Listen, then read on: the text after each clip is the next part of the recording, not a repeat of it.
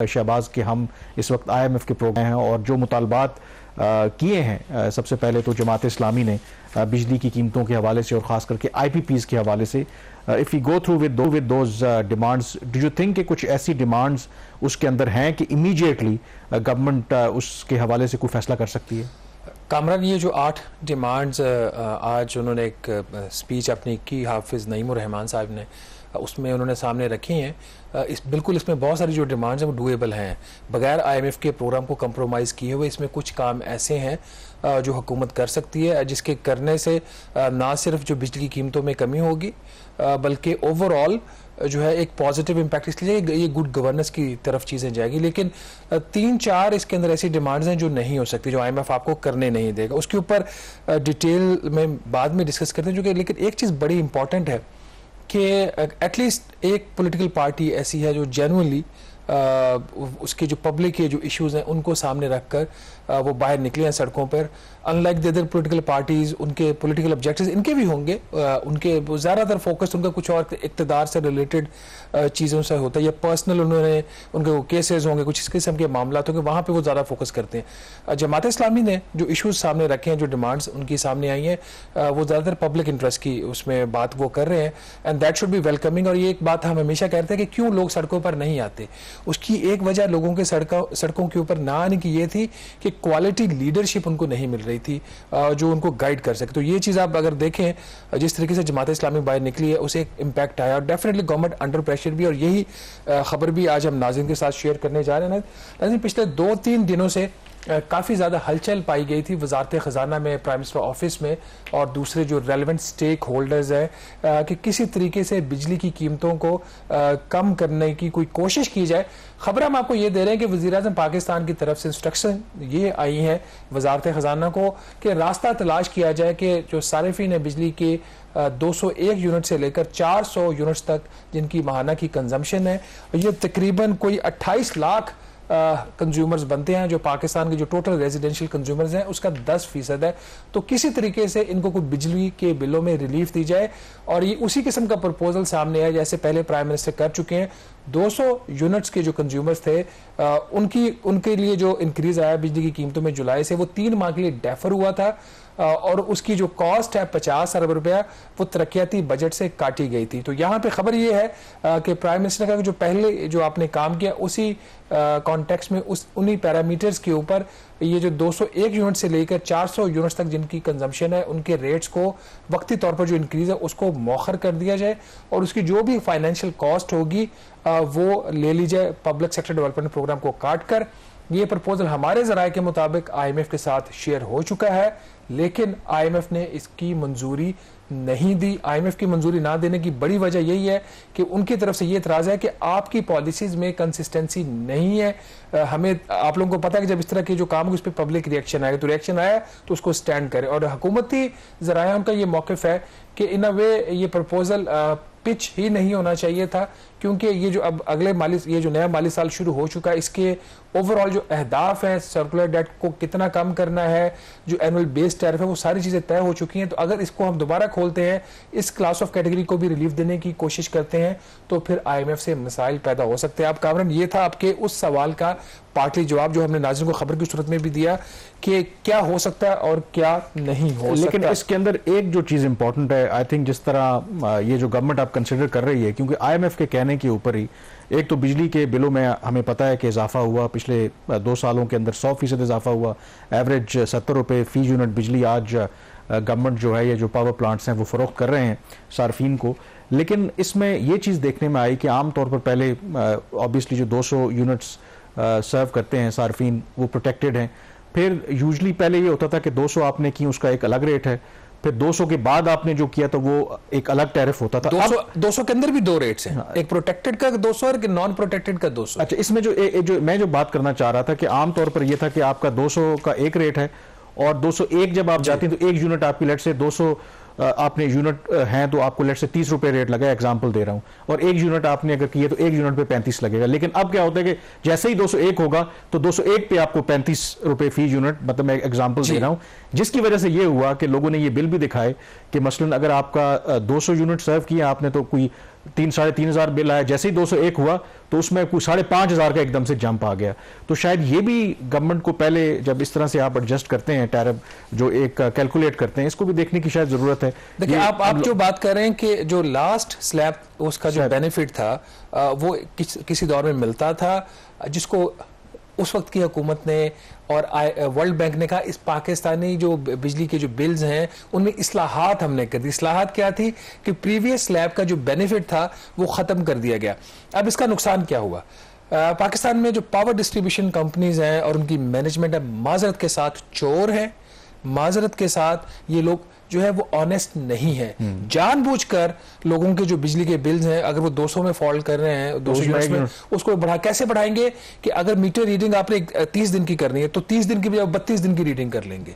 ठीक है, तो जब आप 32 दिन की रीडिंग होगी, वो जो क्लास होती है तो वो बड़े बेचारे सोच सोच के अपनी बिजली का जो है वो इस्तेमाल कर रहे होते हैं। तो वो जैसे 2-3 दिन की रीडिंग में इजाफा होता है तो या फिर उसके अंदर एक प्रेजेंटिव रेट भी डाल देते हैं। तो अब अगर आप स्लैब के अपने रेट की बात करें, ये कैसा मतलब एक अजीब निज़ाम है इनका। अगर आप लाइफ लाइन कंज्यूमर हैं और आपकी 50 यूनिट्स की कंजम्पशन है तो ₹3.95 रेट है, सब्सिडी है। Life line consumer 100 units consumption है तो रेट हो जाता है ₹7.74। अच्छा, फिर एक कैटेगरी आ गई प्रोटेक्टेड की, जिसके हम प्रोटेक्टेड की हमने बात की थी कि आपकी पिछले 6 माह में इतनी कंजम्पशन लेवल और दिस एंड दैट, उसका जो 100 यूनिट्स का रेट है वो ₹11.59। ये सारे जो मैं रेट्स बता रहा हूँ ये बगैर टैक्सेस के हैं। फिर 200 यूनिट्स का जो कंज्यूमर है प्रोटेक्टेड ₹14.16। अब आज नॉन प्रोटेक्टेड जिसकी आपने बात की, अब उस केस में इनके जो रेट चेंज होते हैं। फिर जैसे ही नॉन प्रोटेक्टेड कैटेगरी में क्या होता है कि 100 यूनिट्स का जो रेट है वो हो जाता है ₹23.59। वैसे एक प्रोटेक्टेड में है तो आपका है वो ₹11.59, 11.59 से 23.59 पे चला गया। यहाँ पे बेईमानी करते हैं ये पावर डिस्ट्रीब्यूशन कंपनीज। और कभी किसी को नौकरी से नहीं निकाला गया, कभी किसी जो है सीनियर मैनेजमेंट पावर डिवीजन में बैठी हुई है उसको ऊपर कोई एक्शन नहीं हुआ। अच्छा, इसी तरीके से जो 200 यूनिट्स के कंज्यूमर्स हैं नॉन प्रोटेक्टेड है उनका रेट हो जाता है ₹30।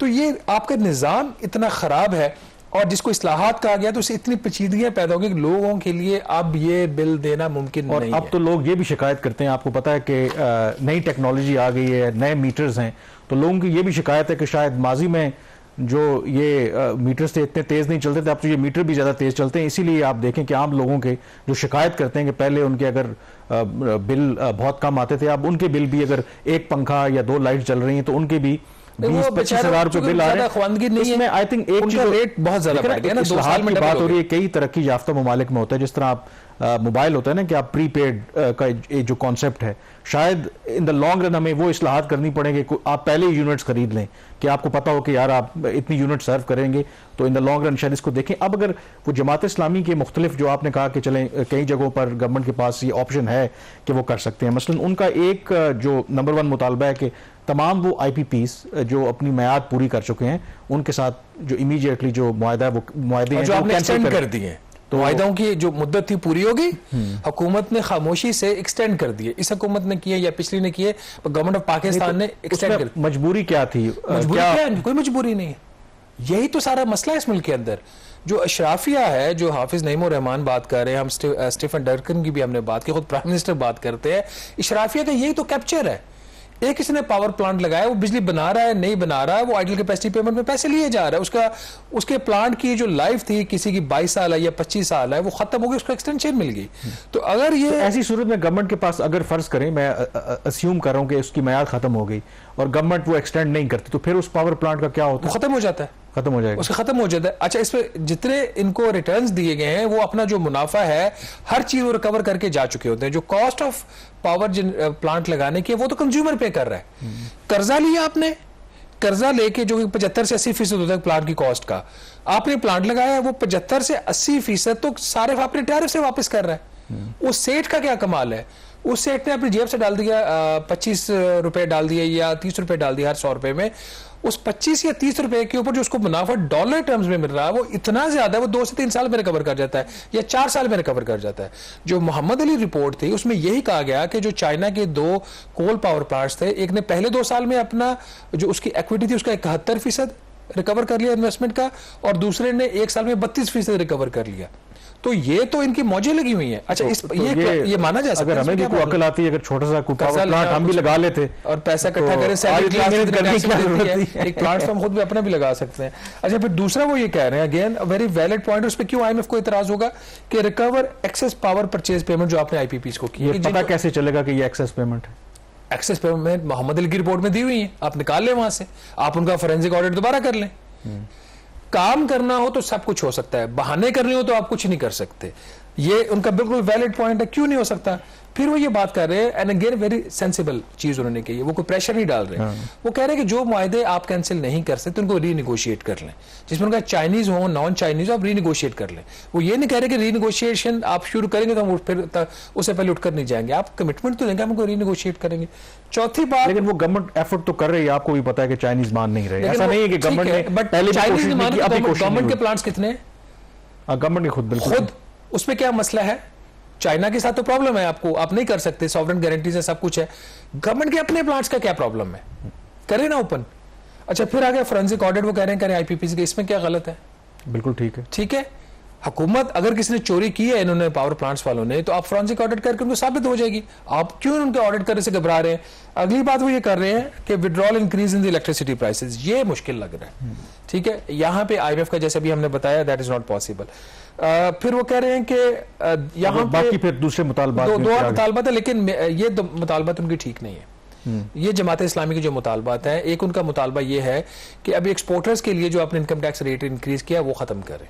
और ये मुझे वैसे बड़ी हैरानी हुई है कि जमात इस्लामी आप अपने आप को एक वर्किंग क्लास की जमात समझती है। मुझे समझ नहीं आई कि यहाँ पर वो जो एक्सपोर्टर्स का इंटरेस्ट है उनको क्यों वो प्रोटेक्ट कर रहे हैं। I don't know. अच्छा, वो हो सकता है उनको प्रॉपर्ली ब्रीफ ना किया गया या व्हाटएवर, लेकिन ये आज उन्होंने जो प्रेस कॉन्फ्रेंस की तो मैं खुद सुन रहा था, उसमें उन्होंने ये बात की। एक और जो लास्ट पॉइंट उनका कामरान वो ये है कि जो आप कह रहे हैं कि ताजरों के ऊपर बिल्कुल आप टैक्स लगाएं, हम इसकी हमायत करते हैं, लेकिन ये जो आप मंथली फिक्स्ड आपने टैक्सेस लगा दिए हैं 40,000 रुपए से लेकर 60,000 रुपए तक जो हायर लेवल पे जा रहे हैं, वो भी मेरे ख्याल में तो कम है, पर वो कह रहे ये नहीं होगा, ये आप इस तरह नहीं रिकवर कर सकते। तो आप, लेकिन ये हम इससे पहले आई थिंक डिस्कस भी कर चुके हैं कल के प्रोग्राम में कि आपको भी पता है कि ताजरों के ऊपर हर गवर्नमेंट कोशिश करती रही है उनको टैक्स नेट में लाने के लिए, कितना मुश्किल काम है। तो शायद एक कॉम्प्रोमाइज्ड बात मेरा ख्याल है कि हाफिज नईम साहब जो हैं यहाँ पे मुझे ये लग रहा है कि वो चूंकि उनको स्ट्रीट पावर चाहिए तो वो ताजरों को भी लेकिन थोड़ी सी ओवरऑल अगर नाज़रीन आप देखें जमात इस्लामी के जो मुतालबात है वो काफी हद तक जायज है। 2-3 मुतालबात जो मैंने बता दिए, एक उनका एक्सपोर्टर्स वाला वो शायद मुनासिब बात नहीं है मेरी नजर में, और दूसरा ताजरों के हवाले से, तीसरा मुतालबा उनका जायज है इलेक्ट्रिसिटी की प्राइसेस कम करने का, जो टैरिफ इंक्रीज हुआ, लेकिन ये शायद हुकूमत के लिए मुमकिन ना हो, लेकिन हुकूमत कर सकती है अपनी एफिशिएंसी और बाकी चीजें ठीक करके। ये एक जो बाकी हमारे सियासी जमातें हैं पाकिस्तान की, उनके लिए भी एक लेसन है कि आप अपने जाती मफादात के लिए तो बिल्कुल सड़कों पर आते हैं, हड़तालें भी करवाते हैं, सब कुछ करवाते हैं, आप सिविल डिसोबीडियंस की अपील भी करते हैं, लेकिन जो जेन्युइन अवाम के जो हकूक है जहां से लोग सफर कर रहे हैं, आप सैलरी क्लास की टैक्सेशन इंक्रीज का मुतालबा भी उनका है कि इसको वापस लिया जाए। तो ये जो जमात इस्लामी है, तो इस किस्म की अगर पॉलिटिक्स अगर पाकिस्तान में हो तो जो राइट्स है जो सिटीजन्स के उसको प्रोटेक्ट करने में आसानी होगी। यहाँ पे